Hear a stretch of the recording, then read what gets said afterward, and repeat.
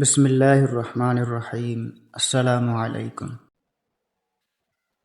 حدیث شریف کی کتابوں میں دو آدمیوں کا واقعہ مذکور ہے۔ ایک بار یہ دونوں بازار میں تھے تو ان میں سے ایک نے دوسرے سے کہا، ہمیں چاہیے کہ ہم غفلت کے اس ماحول میں اللہ تعالیٰ سے استغفار کریں۔ چنانچہ دونوں استغفار میں لگ گئے۔ پھر ان میں سے ایک کا انتقال ہو گیا۔ دوسرے صاحب نے انہیں خواب میں دیکھا تو وہ فرما رہے تھے کہ اس شام کے عمل پر اللہ تعالیٰ نے ہم دونوں کی بخشش فرما دی ہے۔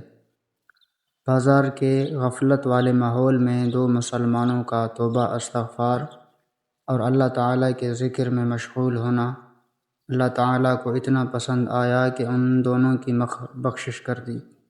اللہ اکبر کبیرہ۔ غفلت کے ماحول میں شریعت پر قائم رہنا اللہ تعالیٰ کو کتنا محبوب ہے۔ معلوم ہوا کہ مسلمان کو ماحول کا بہانہ بنانے کے بجائے ماحول کو بدلنے کی ہمت اور محنت کرنی چاہیے۔ زمانہ جس قدر حضور اکرم صلی اللہ علیہ وسلم کے دور مبارک سے دور ہوتا جا رہا ہے، اس قدر اس میں فساد زیادہ ہو رہا ہے، مگر فساد کے زمانہ میں عمل کا اجر بھی بڑھتا چلا جا رہا ہے۔ حضور اکرم صلی اللہ علیہ وسلم نے ارشاد فرمایا، دنیا میں فساد زیادہ ہو جائیں گے، لوگ بخل، نفس پرستی، خودرائی اور دنیا داری میں لگ جائیں گے۔ اس وقت جو دین پر عمل کرے گا اسے 50 عمل کرنے والے کا اجر ملے گا۔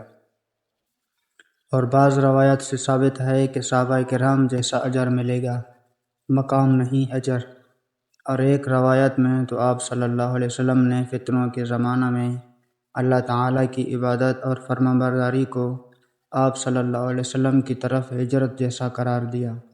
سبحان اللہ و بحمدہ، سبحان اللہ العظیم۔